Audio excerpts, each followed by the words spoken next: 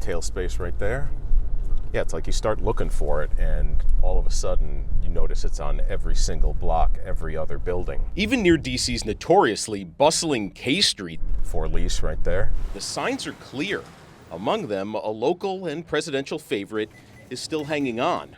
And like my mother used to do, like my mother. Before the pandemic, It's like a day and night. the view from Costas Fastieris' kitchen was a line out the door. Today, he sees what we do. Vacancy, foreign, everywhere. It's not just perception.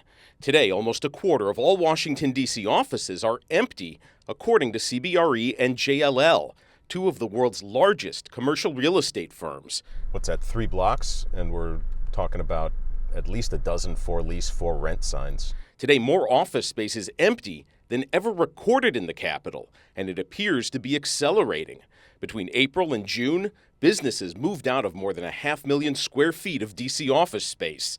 That is enough square footage to fill the National Mall between the Lincoln Memorial and Washington Monument. There's opportunities to repurpose it that still keeps the city vibrant. Mark Salvatelli and the Commercial Real Estate Development Association are reimagining what all these empty offices can become. We've been working with Congress, we've been working with Mayor Bowser to talk about what we could do with these properties. When did they start? When did you realize that you needed to make this pivot?